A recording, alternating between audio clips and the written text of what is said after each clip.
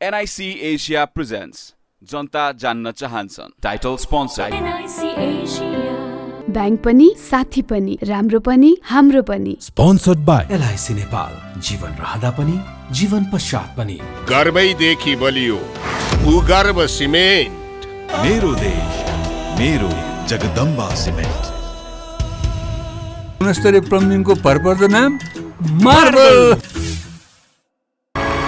The British College, more than a college. KB Sam Dubal brand, हाम्रो सामान, हाम्रै स्वाभिमान. Learning Realm International LRI School, Kalanki, Kathmandu. Maruti cement थियौं छौं र रहिरहनेछौं. म्याङ्गो अनार र मिक्स फ्रुटको गुडनेस भएको तपाईको फेभरेट रियल अब नयाँ ट्रेन्डी पेट बोटलमा.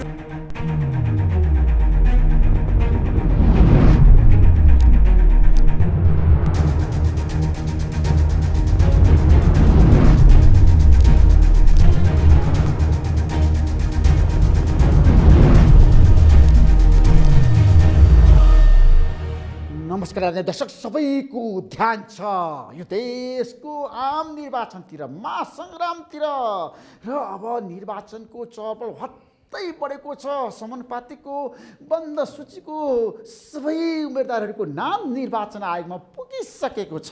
त्यसैले दलहरूले अब मङ्सिर 4 को प्रत्यक्ष सङ्घ र प्रदेशको निर्वाचनमा अब रणनीति बनाएका छन्.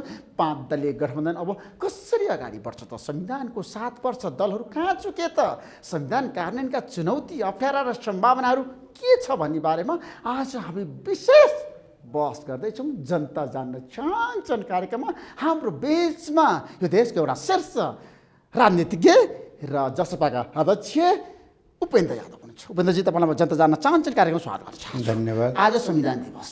तपाईँ नेपालको संविधान 2072लाई मान्नुहुन्छ नि? यो संविधानप्रति तपाईँको विमति छैन नि? अब यो संविधानमा हाम्रो रिजर्भेसनहरू छ. यो संविधानको पहिलो कुरा जारी गर्ने तरिका नै गलत थियो, जो आज सबैले स्वीकारेकै छन्. फास्ट ट्र्याकबाट आफ्नै देशको जनतालाई मारेर बन्दुकले दबाएर देशका जनताहरू आधाभन्दा बढी जनता कालो दिवस मनाइरहेको बेलामा जबरजस्ती संविधान लादिएको हो. र यो लादिएको संविधानमा अनेकौं त्रुटिहरू, अनेकौं विकृतिहरू, अनेकौं विभेदकारी प्रावधानहरू रहेका छन्, जसप्रति हाम्रो असहमति हाम्रो चाहिँ के छ भन्दाखेरि रहिआएको छ. यो संविधानलाई मानेर तपाईँ धेरै पटक सरकारमा जानुभयो, प्रधानमन्त्री पनि बन्नुभयो. आज तपाईँको पार्टी 5 दलीय गठबन्धनको एउटा सूत्रधार पनि हो जसपा. तपाईँ यो संविधानको बरखिलाफ किन? अब संविधानको बरखिलाफ भन्दा पनि संविधानमा रहेको कमी कमजोरी छन् भन्ने कुरा सबै स्वीकार्य हो नि. नेकपा एमालेका नेता, माओवादीका नेता, पार्टी, काङ्ग्रेस, कम्युनिस्ट सबैले हामीसँग समझदारी गरेका छन् संविधान संशोधन गर्ने, परिमार्जन गर्ने भनेर. यसको अर्थ हामीले उठाएको कुरा संविधानमा त्रुटि छ भन्ने कुरा यथार्थ हो र सबले स्वीकार गरेको हो. यो संविधान सबै वर्ग र समाजका छ नि, विभिन्न तर तबका, जनजाति, आदिवासी, मधेसी, थारू सबैले स्वीकारे होइन? होइन, पहिलो होइन, त्यसमा आउँदछु. र यो संविधानमा हामीले के भन्यो भन्दाखेरि यही संविधानलाई टेकेर यो संविधानमा केही सकारात्मक पक्ष पनि छ. संघीयता, गणतन्त्र, मौलिक हक, धर्मनिरपेक्षता जस्ता शब्दहरू पनि परेका छन्. त्यो सकारात्मक पक्ष हो. तर यो सङ्घीय संरचनाका सवाल, शासकीय स्वरूपका सवाल, नेपाली लोकतन्त्रलाई समावेशी लोकतन्त्र बनाउने सवाल, न्याय प्रणालीको संरचना सम्बन्धी सवाल, निर्वाचन प्रणाली सम्बन्धी सवाल लगायतका पहिचान र चाहिँ के छ भन्दाको मान्यता र बहुभाषिक नीतिका सवालहरू यो संविधानमा छैन. तर संविधान संशोधन आवश्यक छैन भनेर धेरै पोलिटिकल पार्टीका नेताहरूले भनेका छन्. संविधान अब सर्वस्वीकार्य भइसक्यो. यो लोकतान्त्रिक संविधान हो, विश्वकै उत्कृष्ट संविधान हो. उपेन्द्रजी, नेपाली कङ्ग्रेसले संविधान संशोधनको आवश्यक छ भनेर बार बोलेकै छ, हामीले बोलेकै छौँ। हामीसँगै हस्ताक्षर एमाले माओवादी केन्द्रले गरेकै छ होइन, अरूले पनि त झन् संविधानैको विरोधमै उठेको छ। त्यस कारणले यो संविधान सर्वस्वीकार्य छैन एक राजनीतिक रूपमा।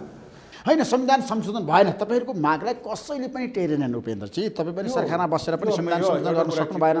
यो हामीले उठाएको सवाल हो, यो हाम्रो माग होइन, मुलुकको आवश्यकता हो।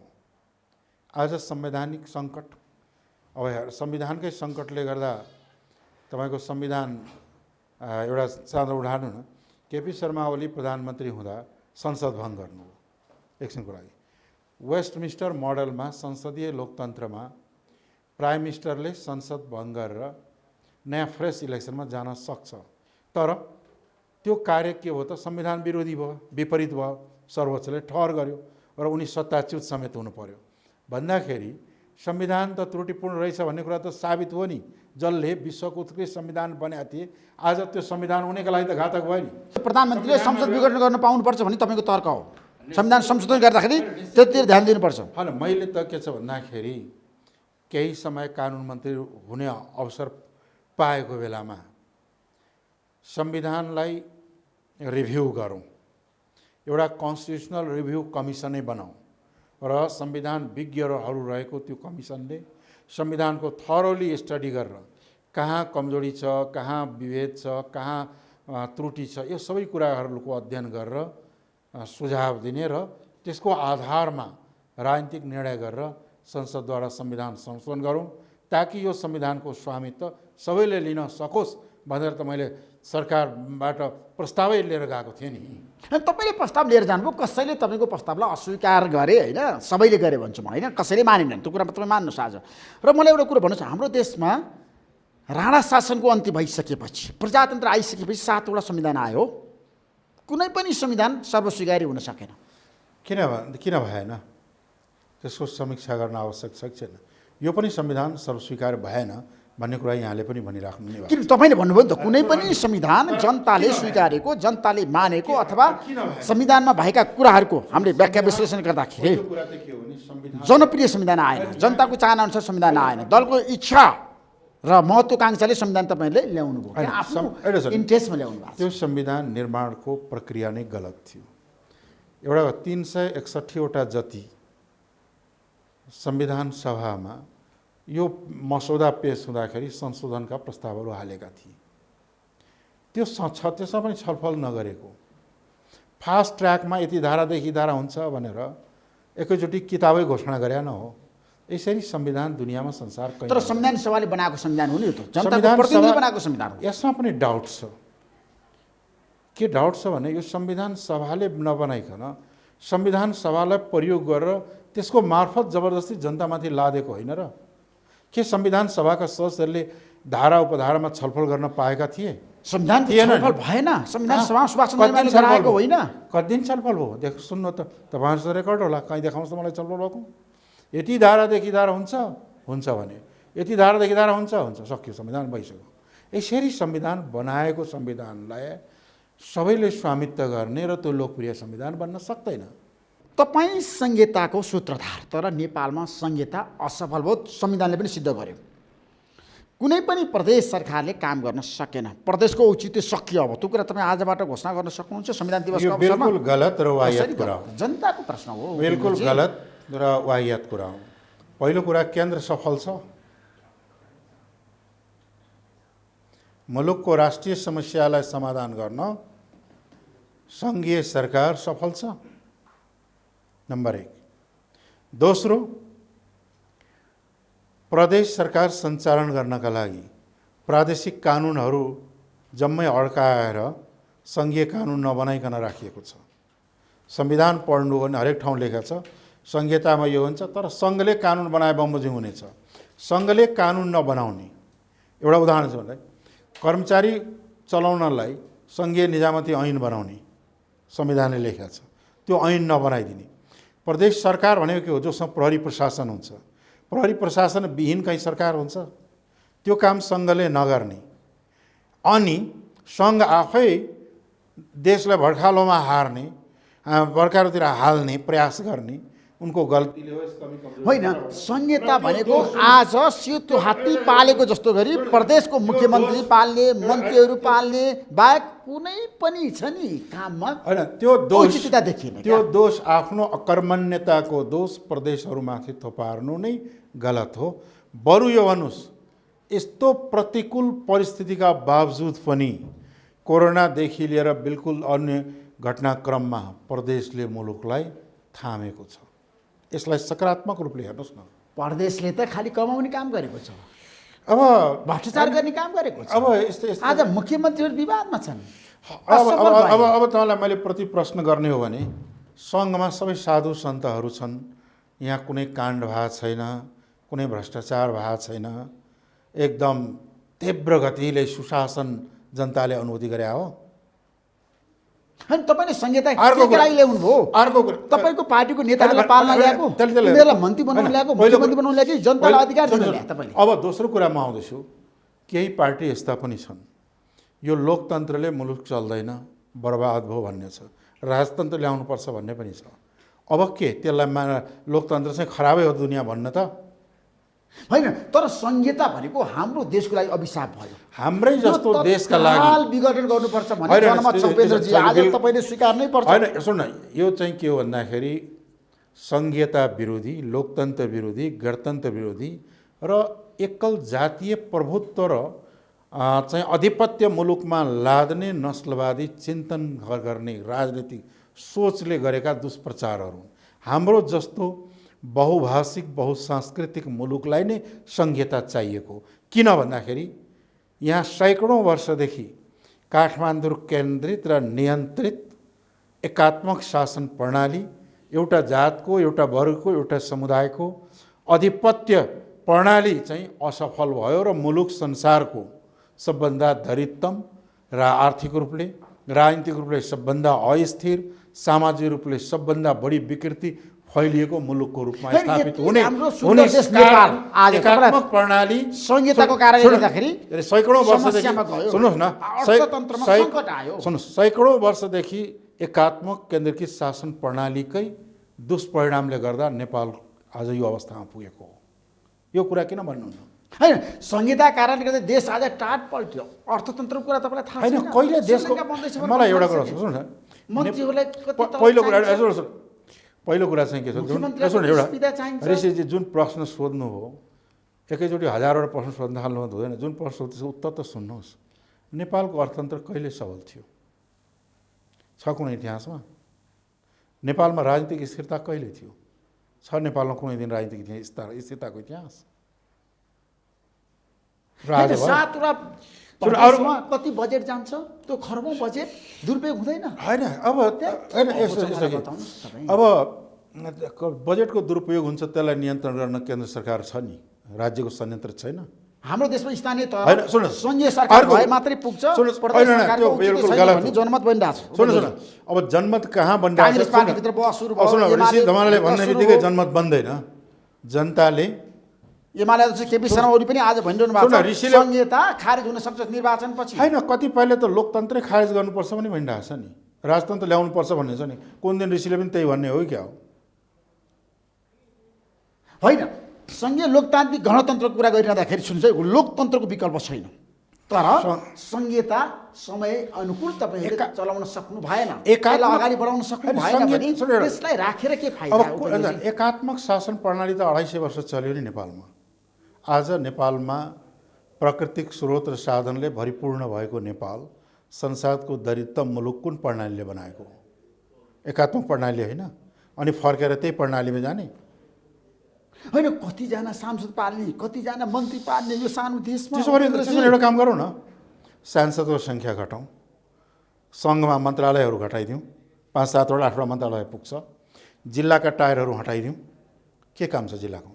जिल्ला समन्वय समिति हटाइदिउँ। सुन्नुहोस्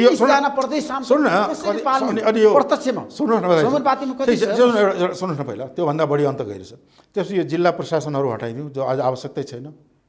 सङ्घ, प्रदेश र स्थानीय निकाय लैजाउँ, त्यो घटाउँ।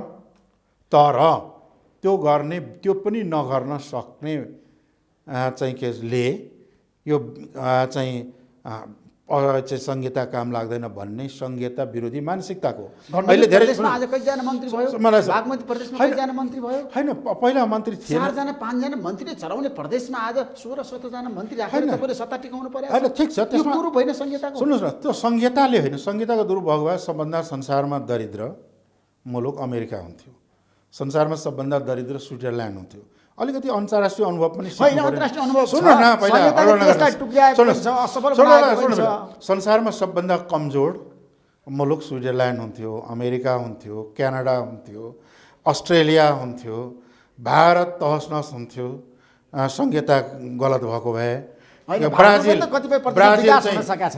ब्राजिल बर्बाद हुन्थ्यो हैन तर ती संसारका शक्तिशाली र समृद्ध र दरा मुलुकमा आए त अनि चीनमा कहाँ छ संहिता चीनले विकास गरेन अब सुन्नुस् जर्मनीमा कहाँ छ संहिता अब विकास भएन सुन्नु अब यही कुरा हो संहिता मैले भने डाइभर्सिटी भएको मुलुकको संहिता आवश्यक हो चीनमा एउटै जाति झन्डै 94% छ जसलाई एकात्मकताले सम्बोधन गरेका छ चीनका नेता जो महान नेताहरू थिए चाओएनलाई त्यो बेलाका माओ सेतुङले उहाँहरूको लेखहरू पढ्नु भने भन्छ सोभियत सङ्घको कोड गरेका छन् सोभियत सङ्घ जस्तो विविधता भएको मुलुकमा संहिता आवश्यक छ तर एकल जातीय राज्यहरू मुलुकमा जहाँ अल्पसङ्ख्यक थोरै मात्र छन् त्यस्ता मुलुकमा यो प्रणाली छ त्यस कारणले मैले के भनेको भन्दाखेरि एकात्मक प्रणाली गलत हो वा संहिता गलत भने होइन हाम्रो जस्तो विविधता भएको मुलुक हाम्रो जस्तो विविधता भएको मुलुकमा जहाँ विविधता छ डिफ्रेन्ट नेसनालिटिजहरू छ नेपाल मल्टिनेसनल कन्ट्री हो बहुराष्ट्रिय देश हो हरेक राष्ट्रको राष्ट्रियता छ र त्यसलाई सम्बोधन गर्न संहिता बाहेक कुनै पनि शासन प्रणालीले सक्दैन तर उपेन्द्रजी कति व्यक्तिलाई पाल्ने होइन के गर्नु सबै व्यक्तिलाई पठाइदिनु सुन के गर्ने सबै व्यक्तिलाई अरब पठाइदिने र जनताको कर उठाएर होइन सुन सबै व्यक्तिलाई सुन न होइन तपाईँले कस्तो प्रश्न गरेको सबै व्यक्तिहरूलाई के गर्ने साउदी अरबतिर पन्जाबतिर दिल्लीतिर पठाइदिने त मुलुकलाई आवश्यक पर्ने संयन्त्रको निर्माण अझैसम्म हुन सकेको छैन त्यसको निर्माण गरौँ न होइन तर पनि अब नेताहरू सुविधाभोगी भएर सबैलाई सत्ता चाहिएको छ सबैलाई मन्त्री बन्न परेको छ तपाईँले त भोगिरहनु भएको छ उपेन्द्रजी त्यसको क्वालिफा त्यसलाई अब राजनीतिमा लागेका मानिसहरू महत्त्वाकांक्षी राजनीतिक महत्त्वाकांक्षा हुन्छ त्यो अस्वाभाविक होइन तर सबै मन्त्री सबै प्रधानमन्त्री हुन्न संसारमै पनि कुन चाहिँ देशमा बिरलै यस्ता नेताहरू पाइन्छ जसले चाहिँ के छ त भन्दाखेरि राजनीतिमा लागेपछि राज्यमा पहुँच चाहँदैन त्यस्ताहरू बिरलै पाउँछन् मध्य प्रदेशको कुरा गर्न चाहन्छु त्यहाँका जनताले धेरै चाहना राखेका थिए संहितामा विकास हुन्छ भनेर त्यहाँ भ्रष्टाचार भयो मध्य प्रदेशमा अब फेरि तपाईँले चाहिँ के मुख्यमन्त्री लालबाबु रावतले काम गर्न सक्नु भएन उहाँको 64 आलोचना भयो र त्यहाँ 4-5 वटा पार्टी बनेर सरकार बनाउनु पर्यो त्यो अवस्था सुन अब बाँकी 6 प्रदेशमा के छ त सबै एकदमै राम्रो छ होइन त्यसमा त संहिता सफल भइहाल्यो नि तपाईँले आफ्नो कुरा आफै काट्ने आफै प्रश्नलाई आफैले काट्ने काम त गर्नु हैन मध्य प्रदेश कहाँ कन्फ्युजन हुन्छ जननी हो त पहिलो कुरा सुन्नु तर त्यहाँ खोइ पहिलो कुरा त के हो विकृति छ भ्रष्टाचार छ अनि काठमाडौँमा के छ तपाईँ जस्तो नेताले प्रतिनिधित्व गर्ने प्रदेश सुन्नु पहिला सुन्नु न किन भ्रष्टाचारीको अखाडा भयो सुन्नु एउटा कुरा सुन्नु तपाईँहरू मधेसीलाई जहिले पनि घोषपेश गर्ने काम मात्रै नगर्नुहोस् न काठमाडौँमा के छ बागमती प्रदेशमा के छ मैले भनि त सुन्नु प्रदेश सरकार चाहिन्छ सुन्नु काठमाडौँको सङ्घ सरकारमा के छ सङ्घीय राज्यमा के छ यो मुलुकमा भ्रष्टाचारको कुरा गर्ने हो नि म तपाईँ यहाँ होइन मैले पार्लियामेन्ट अस्ति पनि भने हो संस्थागत र सङ्गठित भ्रष्टाचारको देश हो नेपाल प्रदेश नभएका बेला पनि राज्यमा भ्रष्टाचार थिए अहिले झन् सङ्गठित भएको छ संस्थागत भएको छ भ्रष्टाचार र पोलिटिकल सिस्टम अलग चिज हो र भ्रष्टाचारलाई रोक्ने भ्रष्टाचारलाई न्यून गर्ने उपायहरू राज्यले अपनाउनु पर्दछ त्यो अलग पाठ हो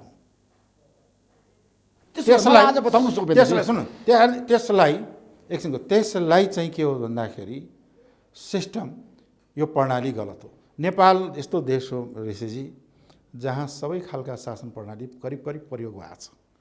राणा शासन पनि प्रयोग भयो, एकतन्त्रीय निरङ्कुश राजतन्त्र पनि प्रयोग भयो, बहुदलीय व्यवस्था पनि प्रयोग भयो, हैन, गणतन्त्र व्यवस्था पनि भयो। यो देश यस्तो हो जहाँ पुँजीवादी पार्टीले पनि शासन गर्यो, साम्यवादी पार्टीले पनि शासन गर्यो, राजावादी पार्टीले पनि शासन गरेको मुलुक हो यो। अब नयाँ प्रणाली कुन चाहिँ हो जहाँ मुलुक चाहिँ एकदम सबै थोक अगाडि अटोमेटिक भइजाओस्, त्यो हुँदैन। हामीले चाहिँ के भने यो संविधानलाई मैले अझै पनि भन्छु संशोधन गरेर संघीयतालाई सुदृढ गर्ने, नम्बर 1। नम्बर 2, सबै जनतालाई समान अधिकार र अवसरको व्यवस्था र पहुँच हुने किसिमको समावेशी लोकतन्त्रलाई अगाडि बढाउने, र अर्को जुन हो नि आर्थिक पाटोतर्फ विकास र समृद्धिका का लागि आवश्यक, चाहे त्यो कृषिको औद्योगिकरण हो, व्यावसायिकरण होस्, उद्योग धन्दा स्थापना हो, जलस्रोत पर्यटनको चाहिँ उपयोग होस् या पर्यटनको विकास होस्, त्यो सँगसँगै शिक्षाको स्तर भन्ने हो भने सरकारी स्कुल, सुन्नुहोस् तपाईँलाई भन्छु, तपाईँले होइन तपाईँ अहिले अब बोर्डिङमा पढ्नु हो कि भएन मलाई थाहा छैन, म त पढाएको छैन। सरकारी स्कुलमा पढेर सरकारी स्कुल र कलेजको पढाइको स्तर आजभन्दा 20-25 वर्ष पहिला निकै राम्रो थियो आजको तुलनामा। आज त धराशायी भएर गएको छ। अनि तपाईहरु के हेरेर बस्नु भएको? त्यो सुन्न, तपाईको पार्टी कहाँ छ आज? सुन्न तपाईँ हामी त लडी नै राखेका छौँ नि। हामी सुन्न त्यसमा आउँदैछ म त्यसलाई। त्यसले गर्दाखेरि के हो त भने यी कुराहरूको सुधार गर्दै अगाडि जाने हो, अगाडि लाने हो। जहाँ त्रुटि छ त्यहाँ सच्याउने हो। त्यो कार्य कहिल्यै भएन। मुलुक राजनीतिक रूपले हमेसा सङ्क्रमण र अस्थिरतामा लैजाने खेलहरू बढी भए। अब हामी त के हो भन्दाखेरि शोषित पीडित जनताको प्रतिनिधि पात्र हौँ। एउटा सानो सङ्ख्यामा हाउसमा हुन्छौँ र स्ट्रङ भोइस उठाउँछौँ। तर जसले राज्यको नेतृत्व गरेको छ, सत्ता र शक्तिको नेतृत्व, उसले गम्भीर भएर अब सोच्नुपर्छ। उपेन्द्रजी, अब देश बनाउनको लागि अहिलेको पुस्ता, तपाईँहरूको पुस्ता असफल भयो भनेर जनताले भन्न थाले। अब संहिताको बारेमा तपाईँले भन्नु, संहिता बिना देश चल्न सक्दैन, होइन? तपाईँको तर्क त्यही हो? संहिता यो मुलुकको आवश्यकता हो। यसलाई सुदृढ गर्दै जानुपर्छ। र अहिलेको एउटा कुरो ऋषिजी, अहिलेको जुन संहिता देखिएको जस्तो हो नि, यो वास्तवमा संहिता हुँदै होइन। संहिता जस्तो देखिएको अपाङ्ग, कुरूप र अत्यन्त कमजोर संहिताको प्रयोग संहिता विरोधीहरूले संविधान बनाएर देखाइएको हो।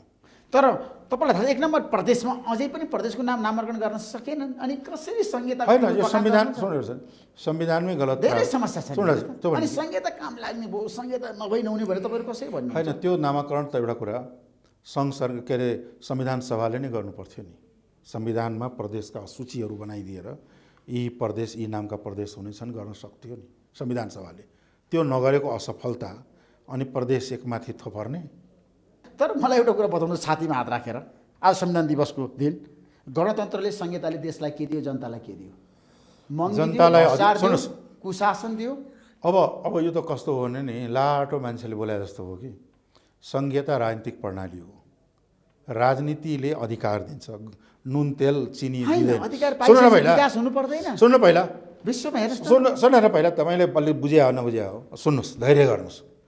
राजनीतिक प्रणालीले जनतालाई अधिकार दिन्छ। मानव अधिकार, कानुनी रूपले स्थगित छ, राजनीतिक अधिकार, सामाजिक अधिकार, सांस्कृतिक अधिकारको प्रत्याभूति गराउँछ। लैङ्गिक असमानता, विभेदका जस्ता कुरालाई अन्त्य गर्ने राजनीतिक अधिकार हो। आर्थिक व्यवस्थाले, मैले तपाईँले भन्न खोजेको त्यो त्यहाँ जोड्नुहोस्, आर्थिक प्रणालीले अर्थतन्त्रको विकास गरी जनताको दैनिक जीवनको आवश्यकतालाई परिपूर्ति गर्छ। भारत स्वतन्त्र भएपछि त्यहाँ विकास भयो भनेर भन्नुहोस् न। नेपालमा नि विकास भएको छ। आज जापानमा कसरी विकास भयो? आज तपाईँले यत्रो जुन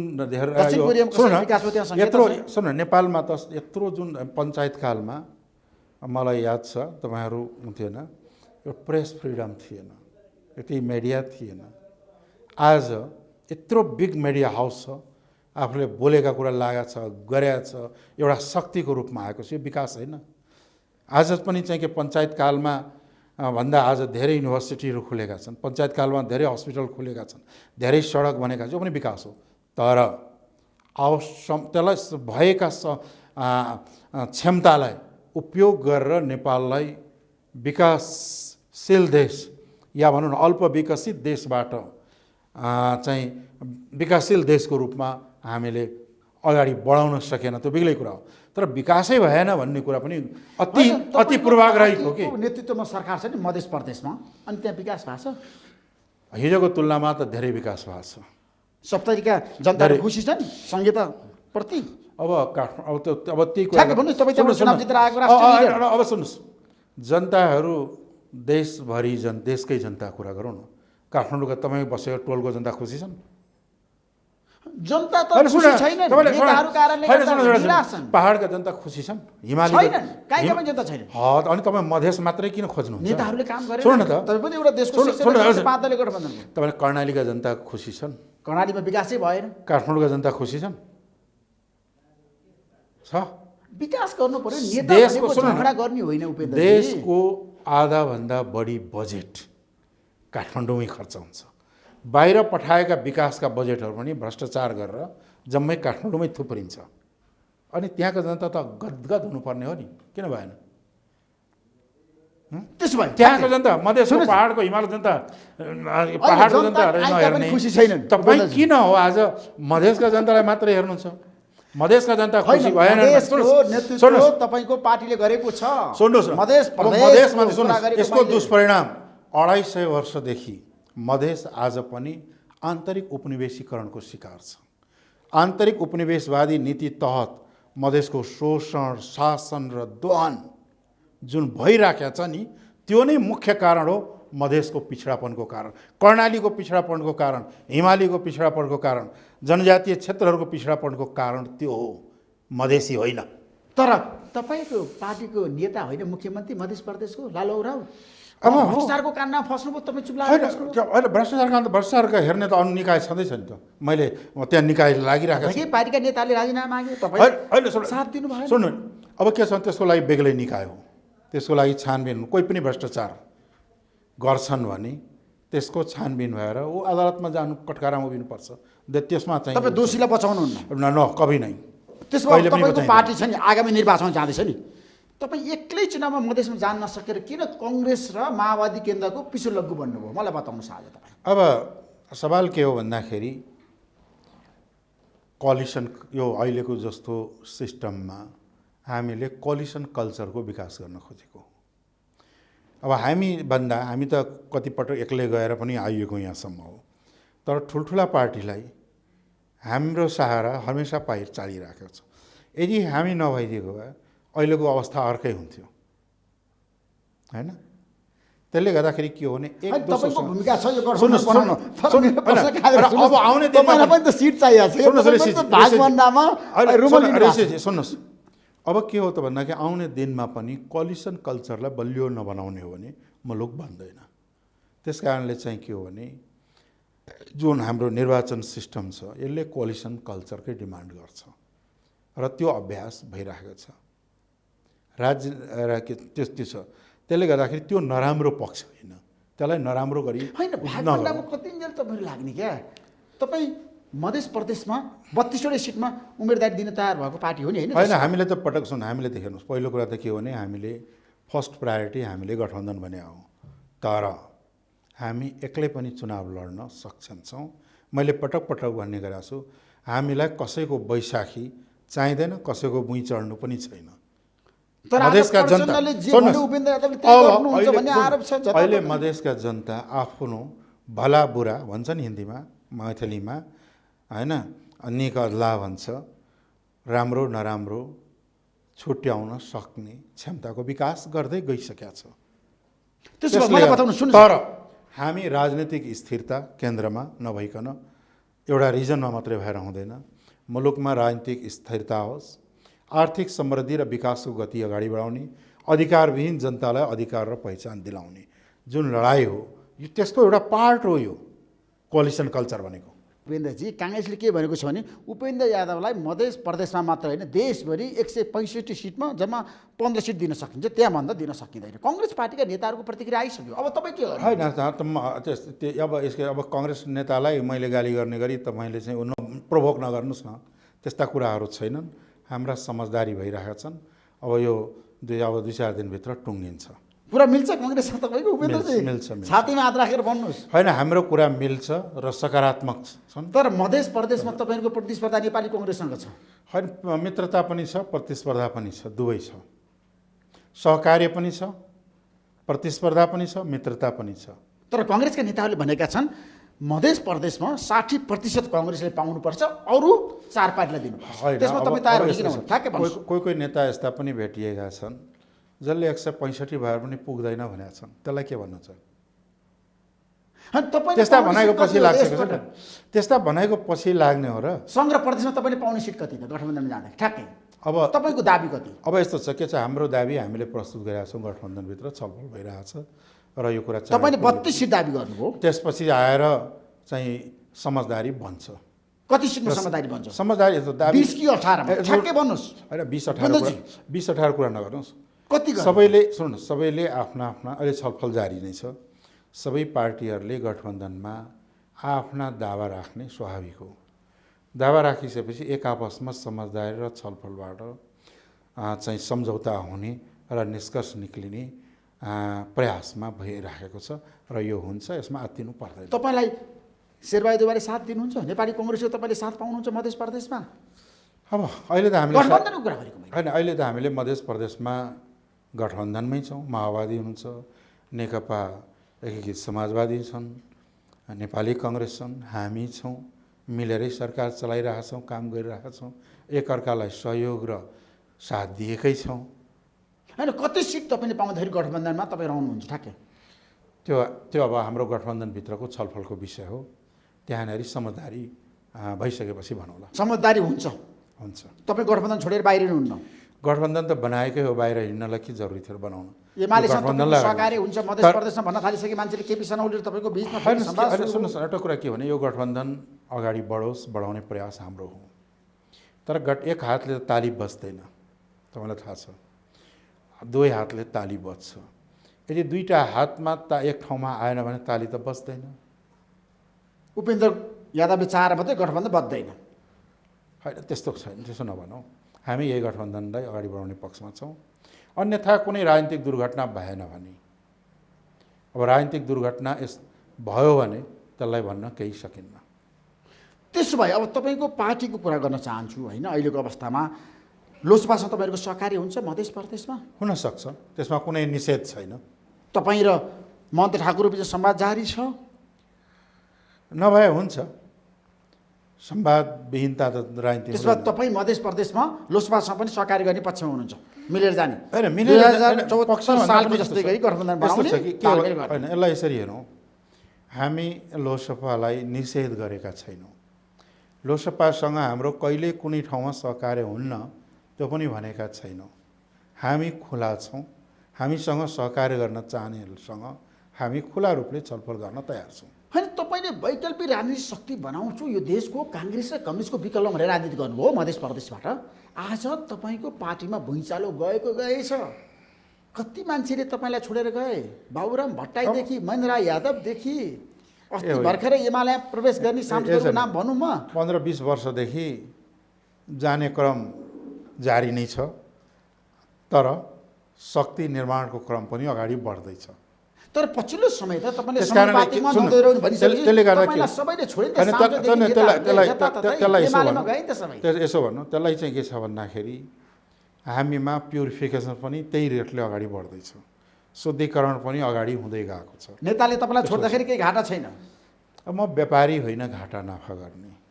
मैले त यो मुलुकको हितको निमित्त, जनताको हितको निमित्त, प्रगतिका निमित्त, अधिकारको निमित्त सङ्घर्षमा हिँडेको मान्छे। बाबुराम भट्टराईले तपाईँलाई धोती लगाइदिएर जानुभयो, छोडिदिएर जानुभयो। अब के भयो र? म त यहाँ छु। बाबुराम भट्टराईसँग तपाईँको असहमति भयो, तपाईँले ल्याएर त्यत्रो स्थान दिनुभएको थियो। होइन, सहमति असहमति बिच नै लोकतन्त्र चल्छ। सहमति मात्रै भयो भने लोकतन्त्र चल्दैन। असहमति मात्रै भयो भने पनि लोकतन्त्र चल्दैन। होइन, महन्त ठाकुर तपाईँ सँगै जाने भन्नुभएको थियो, त्यो पनि जान सक्नु भएन, पार्टी त फुट्यो नि त। धेरै कारणहरू त छ नि उपेन्द्र। होइन, त्यो फुट यसो छ, नेपालमा फुट र जुटबाट सबै पार्टीले अनुभव गर्दै गएका छन्। नेपाल मात्रै होइन, लिस्ट डेभलप कन्ट्रीहरूमा कुन चाहिँ पार्टी टुटफुट हुँदै अगाडि बढेको छैन। काङ्ग्रेसको इतिहासहरूमा टुटफुट हुँदै गएको छ, कम्युनिस्ट पार्टी टुटफुट हुँदै गएको छ। टुट्नु, फुट्नु र मिल्नु र जुट्नु यो पनि एउटा राजनीतिक दलीय राजनीतिको अभ्यासको एउटा महत्त्वपूर्ण पक्ष हो। र नेपालमा लोकतन्त्र विकास गर्दै भर्खर विकास गर्न लागेको छ। यसमा यी कुरा हुनु स्वाभाविक छ। तर विकसित देशहरूमा पनि पार्टी जुट्ने, टुट्ने, मिल्ने, एलायन्स हुने यी सब प्रोसेस हुन् पोलिटिक्सका। यी प्रोसेसबाटै अगाडि गुज्रिन्छ। होइन, प्रदीप गिरी आज हाम्रो बिचमा हुनुहुन्न। प्रदीप गिरीले मलाई एउटा अन्तर्वार्ता भन्नुभएको थियो, उपेन्द्र यादव यो देशको प्रधानमन्त्री बन्न सक्नुहुन्छ मधेसबाट, उहाँले सबैलाई मिलाउन सक्नुभयो भने। तर मधेसमा आज कतिवटा पार्टी छ, तपाईँले किन मिलाउन सक्नु भएन? देशमा कतिवटा सुन, एउटा मधेस तपाईँ साझा नेता मधेस प्रदेशको तँलाई यसरी गर्छ न, मधेसमा यहाँ छ, यी निर्वाचन आयोगमै बसिरहेछ हामी। मधेसमा सीमित पार्टी छ है, तर पहाडमा त अनेकौँ पार्टी दर्ता भएको छ नि त। मधेसमा धेरै पार्टी भइसक्यो। तपाईँको 2064 सालको संविधानमा तपाईँ एउटा सक्रियमा आउनु भएको थियो नि त। एउटा कुरा भन्छ, मधेसमा कतिवटा पार्टी छ? सिके राउतको पार्टी, कतिवटा गनेर जानु कतिवटा भयो? 8-10वटा पार्टी भइसक्यो। 8-10वटा पार्टी। अनि जम्मा कति पार्टी दर्ता भएको छ? कति भएको छ? 84वटा पार्टी दर्ता भएको छ। 8वटा मधेसीहरूको पार्टी र 84वटा गैर मधेसीको पार्टी हुनु त कुन ठुलो कुरा हो? एउटै प्रदेशमा 8-10वटा पार्टी छ। आज नेताले खोले पार्टी बढी पार्टी भयो भनेर आत्तिनु पर्दैन। बढी प्रतिस्पर्धा हुन्छ। जब खेलाडीहरू धेरै हुन्छ, जनतासँग सिलेक्सन गर्ने या खेलाडीहरूको सिलेक्सन गर्ने अप्सन पनि राम्रो पाउँछ। यसलाई सकारात्मक रूपले हेर्नुहोस् न। त्यसमा समानुपातिक निर्वाचन प्रणाली हाम्रो देशमा खारेज गर्नुपर्छ। तपाईँ अहिले हम्बेमा पर्नु भएको छ, समस्या पर्नु भएको छ।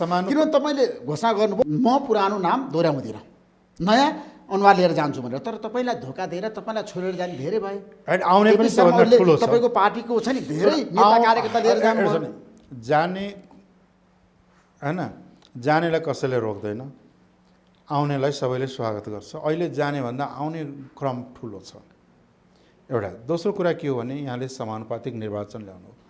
समानुपातिक निर्वाचन प्रणालीलाई सच्याउने र सुधार गर्न आवश्यक छ। प्रणाली आफैमा गलत होइन, तर जुन प्रयोग तरिकाले गरिएको छ व्यवस्था, त्यसलाई सुधार्न आवश्यक छ, नम्बर 1। दोस्रो के हो भन्दाखेरि हामीले विशुद्ध रूपले राजनीतिक व्यक्तित्वहरू, पार्टीमा काम गरेकाहरूलाई नै समानुपातिकमा दिने हो, नम्बर 1। दोस्रो, यो अवसर एकपटक पाइसकेकाहरूले या त प्रत्यक्षमा लड्नु या पार्टीमा काम गरून् भन्ने हो।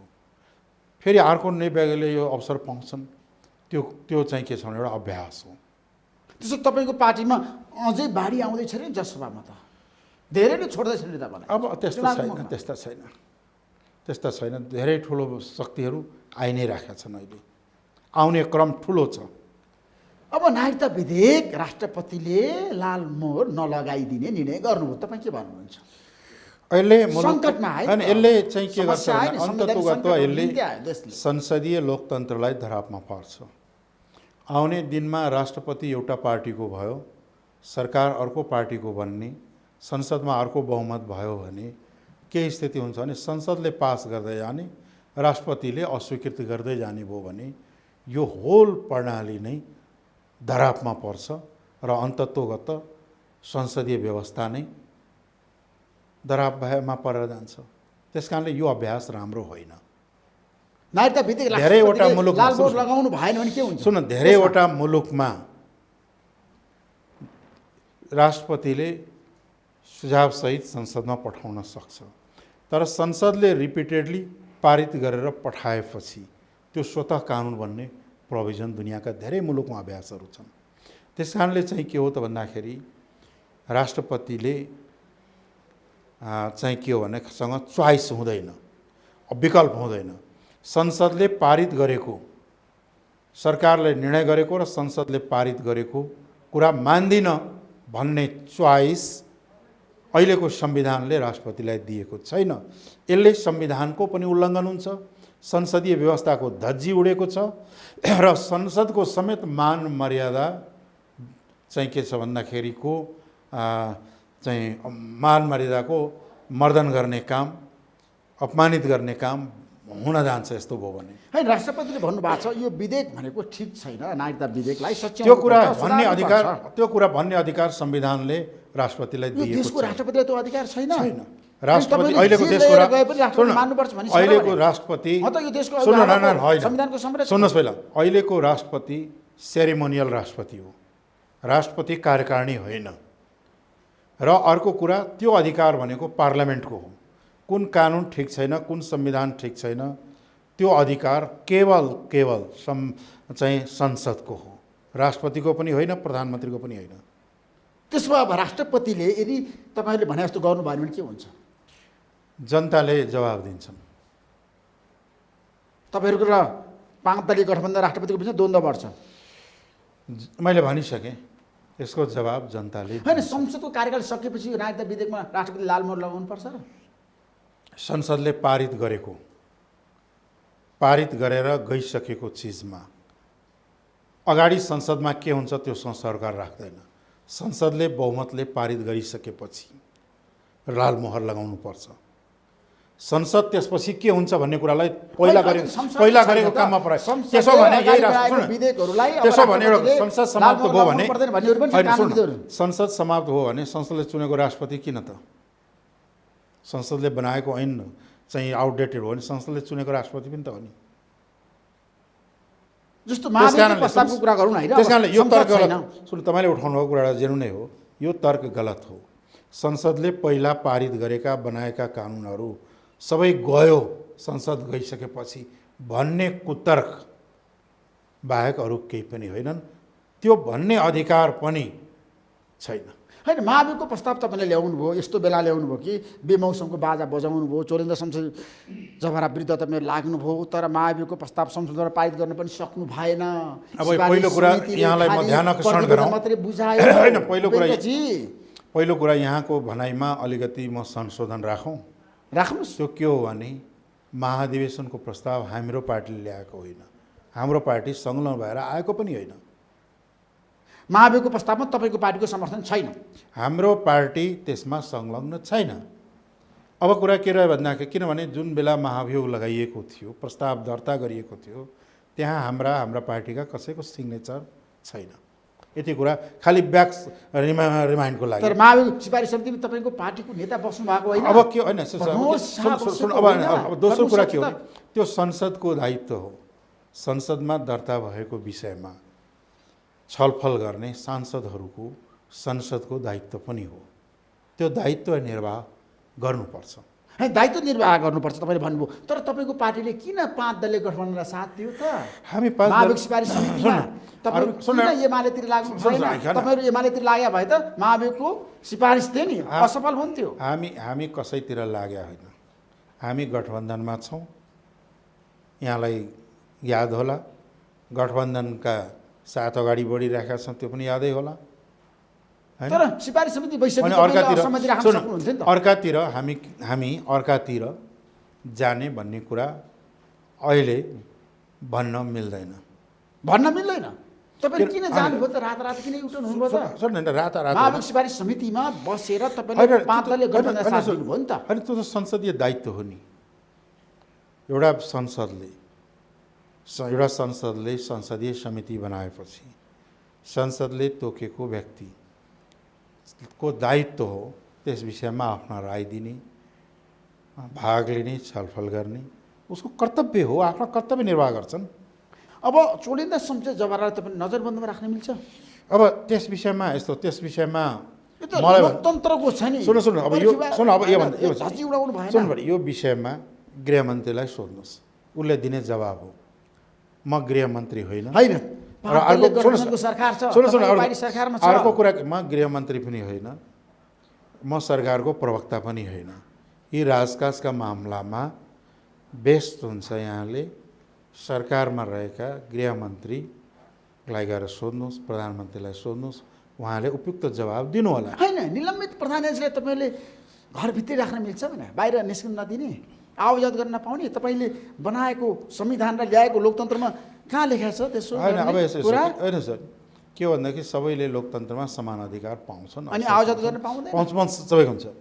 अब त्यो हुन्छ। अब मैले भनेको राज्यको सरकारको विषयलाई राज्य सञ्चालकले जवाब दिने कुरालाई मैले किन जवाब दिने? तपाईँ जवाब नदिने, त्यसमा मेरो कुनै के भन्नु केही पनि छैन। चीनको, भारतको, अमेरिकाको र युरोपियन युनियनको इसारामा तपाईँहरू चल्नुहुन्छ नेपालमा? हामी कसैको इसारामा चलेका होइन, सबै पोलिटिकल पार्टीको काहीँ न काहीँ सम्बन्ध छ। हामी कसैको इसारामा चलेका छैनौँ र चल्दैनौँ पनि। हामी चल्छौँ भने नेपाली जनताकै इसारामा चल्छौँ। होइन, उपेन्द्र यादव जस्तो एउटा सम्भावना भएको नेतालाई किन गम्भीर आरोप लाग्छ त? चीनको इसारा उपेन्द्र यादवले काम गर्नुहुन्छ।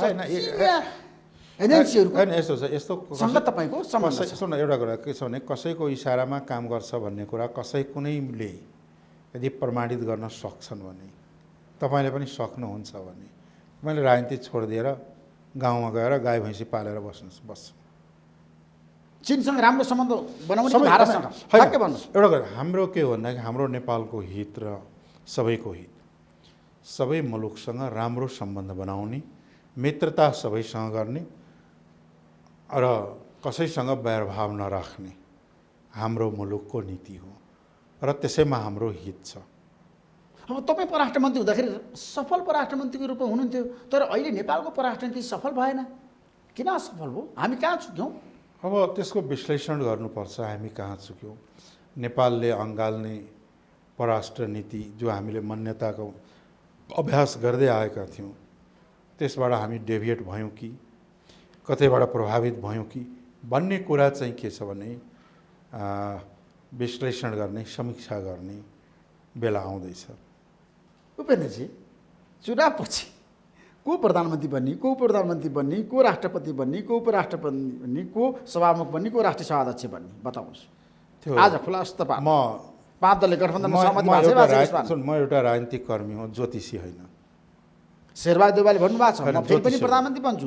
होइन, उहाँले भन्नु होला, तर मलाई थाहा छैन, त्यो भविष्यवाणी गर्न सक्ने क्षमता छैन। म यति भन्छु, संसदमा जसले बहुमत ल्याउँछ या बहुमत जुटाउँछ, दुईटा कुरा, जुटाउन सक्ने र ल्याउन सक्ने प्रधानमन्त्री बन्छ। मधेसमा एमालेको क्रेज बढेको पछिल्लो समय तपाईँलाई के लाग्छ? हेर्नुहोस्, के हो भन्दाखेरि केपी शर्मा ओली शक्तिशाली हुँदै जानु भएको छ। अब उहाँको हेर्ने हो भने उहाँहरूको पार्टीको विश्लेषण, देशमै उहाँहरू जोखिममा हुनुहुन्छ। हरेक जिल्लामा, हरेक ठाउँमा नेकपा एमाले हाई रिस्कतर्फ गइरहेको छ।